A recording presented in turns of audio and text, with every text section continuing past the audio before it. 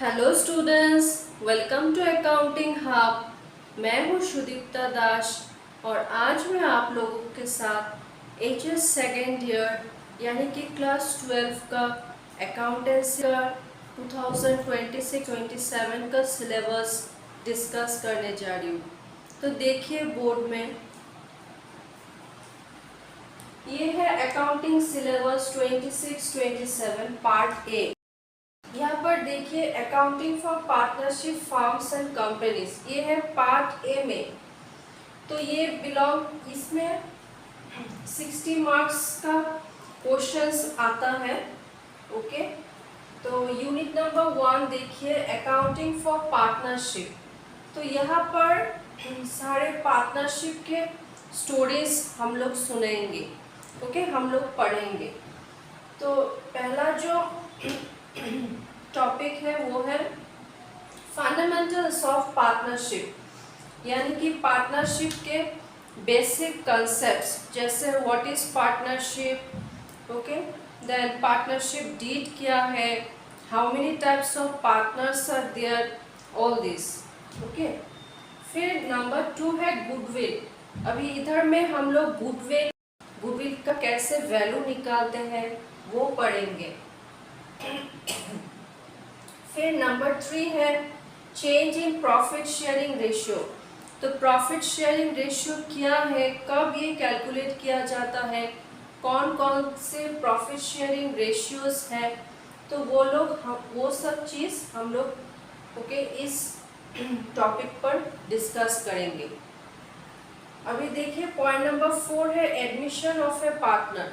तो पार्टनर जब आता है बिजनेस में, ओके, तब क्या क्या लाता है, ओके, और कैसे फिर से प्रॉफिट शेयर होगा, ये सब, ओके, इन सब चीज़ों का अकाउंटिंग कैसे होगा, तो ये सब स्टडी करेंगे हम chapter number okay 4, okay, unit 1 में।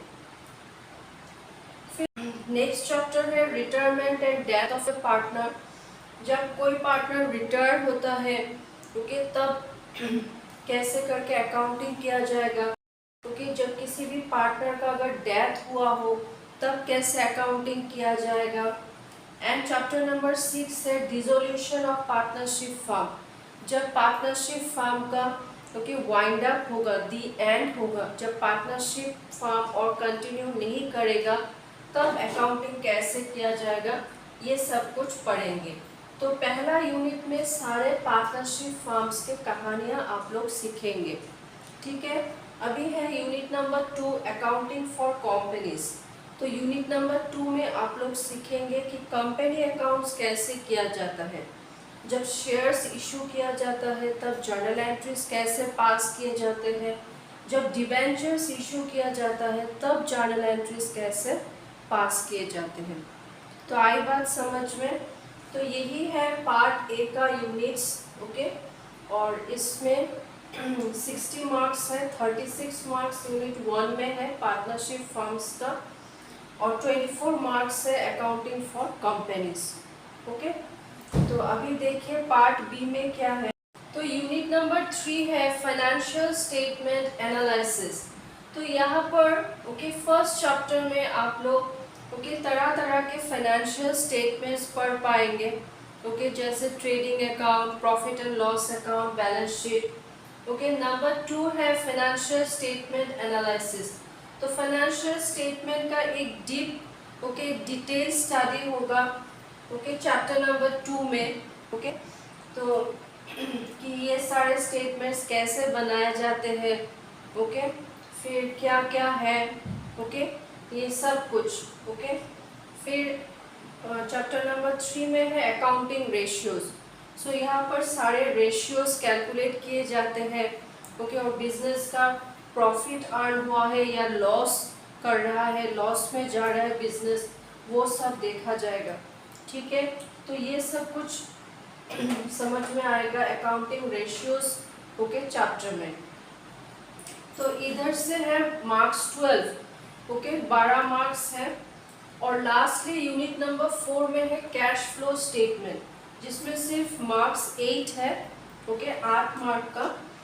चैप्टर है ये। तो कहाँ से बिजनेस में कैश आ रहा है और वो कैश ओके कहाँ कहाँ ओके यूटिलाइज किया जा रहा है, वहाँ पर इस चैप्टर में आप लोगों को समझ में आएगा।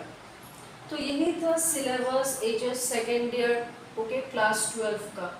आप लोग प्लीज़ देख लीजिए अच्छा से। 80 मार्क्स का पेपर है ओके, और 20 मार्क्स है प्रोजेक्ट वर्क। और इसमें ओके और एक होगा जो कंप्यूटराइज्ड अकाउंटिंग सिस्टम के ऊपर ओके करवाया जाएगा।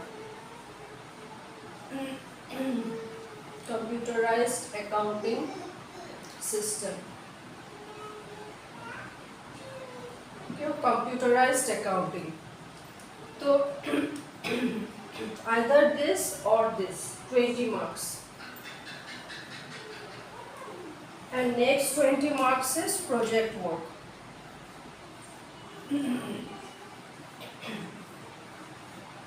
project work